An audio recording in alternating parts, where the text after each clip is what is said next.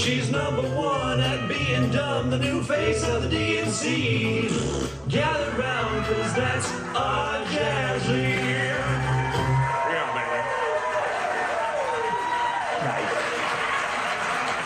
Jasmine Crockett still conceals the meaning of Hot Wheels. The Texas congresswoman still won't apologize over making fun of Texas Governor Abbott's disability. Here's what she said that kicked it off.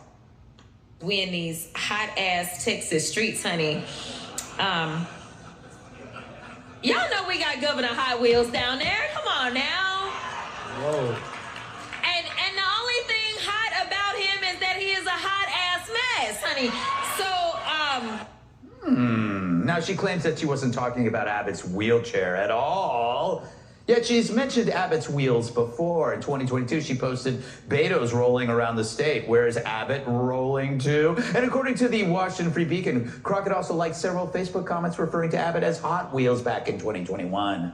But is Jazz having an identity crisis? This is her now.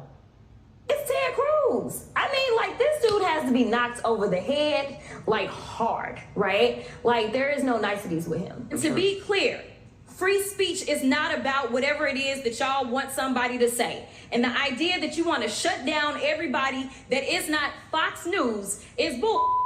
We need to stop playing because that's what y'all are doing in here. But wait, this was her before she went to D.C. Well, it's good to see you in the new year. You know, no one could have told me that when I went down to Austin, now it looks like a little bit over a year ago, that I would be running for Congress. It's just not what my plan was. But what I've always decided is that I would step up when there was a need. Tyrus!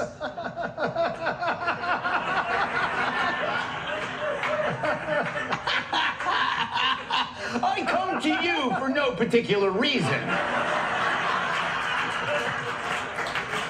Can you please explain to me what happened to that young, smart, I'll take it from there, Governor. I'm going to explain to you what happened. Okay. Same thing that happened on this show. Yes. She got the job. That was the get the job voice. Remember when I first met you? Good evening, Gus. Oh, it's Yeah. nice to meet you. It's a real pleasure to be here. Oh, cool. Once I got the job, what it is, let's crack jokes. That's all it is. That's all it is. You know, it's just you gotta to get the job. You know, you gotta leave the Negro at home and do the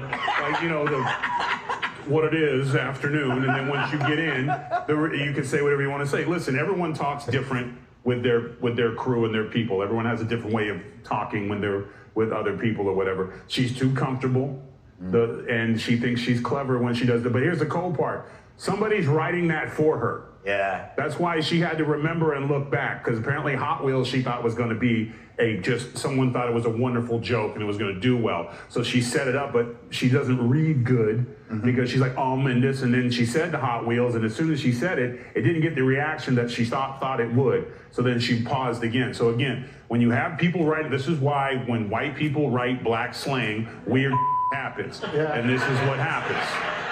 Well, Like, if I wanted to get ethnic on somebody, I wouldn't call Joe and be like, hey, Joe, write me some hood.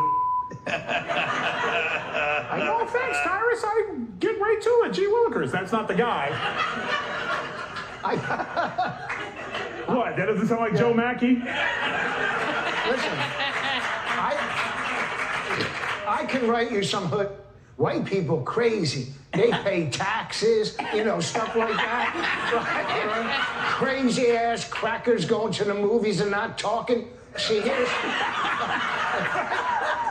showing up on time.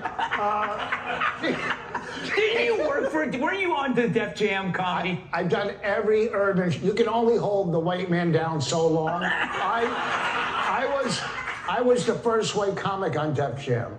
It was on for 5 years. Then I went on, and so. Were you the token? What's that? Were you the token? I hate myself. I was so pant. This was 25 years ago. And, if I went on now, I would just sit out and talk. I walked out like, I'm like, like. You know, and I look back at it. I mean, I did grow up in an all-black neighborhood in Princeton, and no, in Plainfield. Yeah. I grew up in a black neighborhood, but I pandered when I was on the show. But I did all the urban shows, BET, the Apollo, all of them. You know, hey, it is what it is, bro. Kennedy, how long is she going to keep this thing that she wasn't talking about, the wheelchair? Yeah.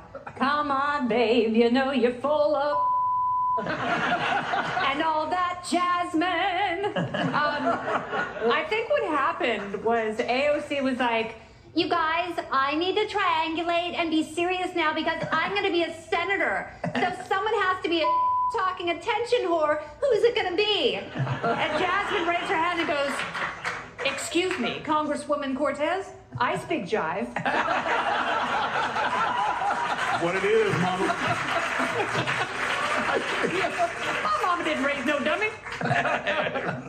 Oh, Brooke, could she be the new face of the Democrat Party? Unfortunately, she is. It's so sad that this is what plays. And at what point does jive, so to speak, really become irresponsible incitement to violence? You know, why is she getting away with saying you could punch opponents, or Ted Cruz needs to be knocked in the head, or all I want for my birthday is to take Elon down? This is quite dangerous rhetoric from an elected official. I think Pam Bondi was absolutely right when she told her to watch it, because we are seeing people go out on the street, vandalize and destroy Tesla's, other Americans' property, because they have a different political opinion than Elon Musk. And what we're doing, and what the Democratic Party has done, and basically what their platform is normalizing hatred and normalizing violence against someone because you disagree with their political opinion. And she's basically the poster child for that right now.